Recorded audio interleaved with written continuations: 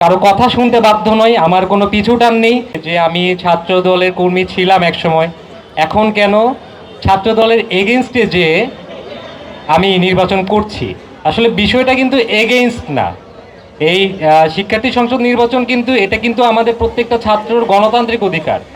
আর ছাত্র দলের সাথে সম্পৃক্ততা নিয়ে বলতে চাই যে আমি ছাত্রদল করতাম, আমি ছাত্র দলের সাথে সম্পৃক্ত ছিলাম, কিন্তু বর্তমানে আমি এই কমিটিতে আমি কিন্তু ছাত্র দলের সাথে সম্পৃক্ততা আমার নেই।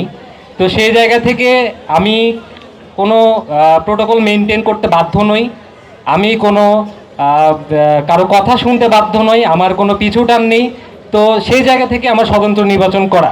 আচ্ছা দেখেন, এখানে আমরা মোট 5 জন আছি। তো এখানে কিন্তু 4 জন দলীয় প্যানেল থেকে এসেছে।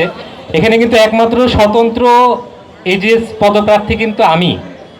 তো আমাদের শিক্ষার্থী সংসদ নির্বাচনটা কিন্তু শিক্ষার্থীদের জন্য। তো এখানে আমরা যদি দলীয়করণ না চাই, আমি অনেকটা সার্ভে করে দেখেছি যে আমাদের জগন্নাথ বিশ্ববিদ্যালয়ের সিংহভাগ স্টুডেন্ট নির্দলীয় কাউকে চাচ্ছে। তো নির্দলীয় কাউকে চাওয়ার জায়গা থেকেই আমার এই যোগসু নির্বাচনে পদার্পণ।